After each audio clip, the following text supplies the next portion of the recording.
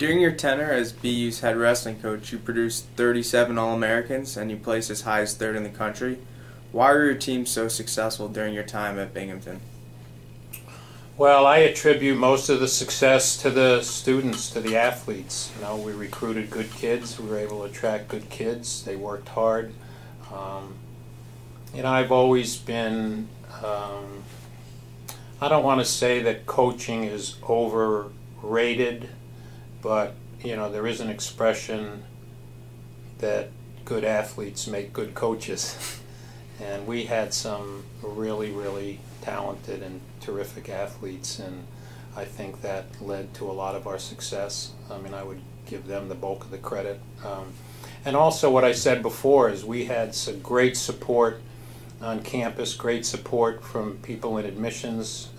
All aspects of the university really came and grew to support the wrestling program. And, you know, there was quite a while where there was I would say, a fair gap between the success that wrestling was having and the success that a lot of the other programs had. I mean, you mentioned, I think, 37 All-Americans, but there was a time where I think the school had like 33 or 34 All-Americans, and all but one of them were wrestlers.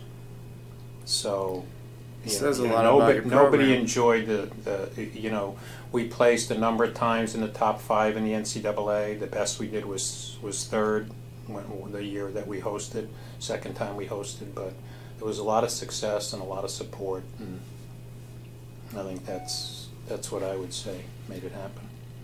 After you finished coaching, you went into athletic administration. Do you miss coaching, and how did coaching prepare you for a role as an administrator? Yeah, and people have always asked me, do I miss coaching? And what I miss most about coaching is game day. I miss the competition. I miss being in the corner, all of that kind of stuff, and the excitement and the, you know, the highs of winning a great match, or even an individual kid winning a match. You know, I was always, when I coached, always took a lot more pleasure and enjoyment out of the individual success of the guys that I coached. I mean, I was obviously interested in the team success, but we could have a dual meet, for example, where we won the match, and there may have been 1 or 2 kids who didn't wrestle up to the level that I thought they could have or should have. And so I'd be more disappointed in that than I was in the actual, the team victory, and vice versa. You know, there were times where we lost matches, but we had even maybe one kid that beat somebody that that kid was not favored to beat, and I saw that as a stepping stone for that person's confidence. You know, that wrestler's confidence, and how that would translate into the rest of the year, and how that person would grow as a wrestler and a person.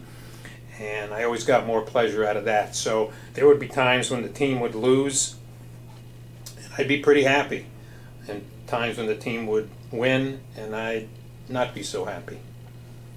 What was the other part of your question? How did it prepare you for a role as an administrator? I think it prepared me for the role of being an administrator, because I really feel like to understand coaching, to understand recruiting, to understand what it takes to be a champion, what it takes to be successful, I think it's a huge help to have both been a competitive athlete, and especially in a sport like wrestling, to gone through what kids have to go through in wrestling, and you know, to have been a coach in order to understand what it's like. And, you know, there's an expression, you know, it's hard to be an athletic administrator unless you put a team on the bus.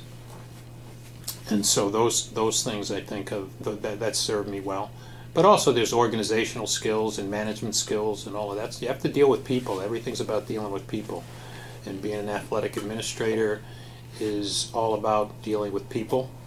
And being a coach is all about dealing with people. And when I transitioned from coaching to administration, I just felt that that was a move from, instead of me coaching the athletes, my team was the coaches, then the head coaches, and that's who I had to coach, and that's who I had to work with, and that's who I had to support.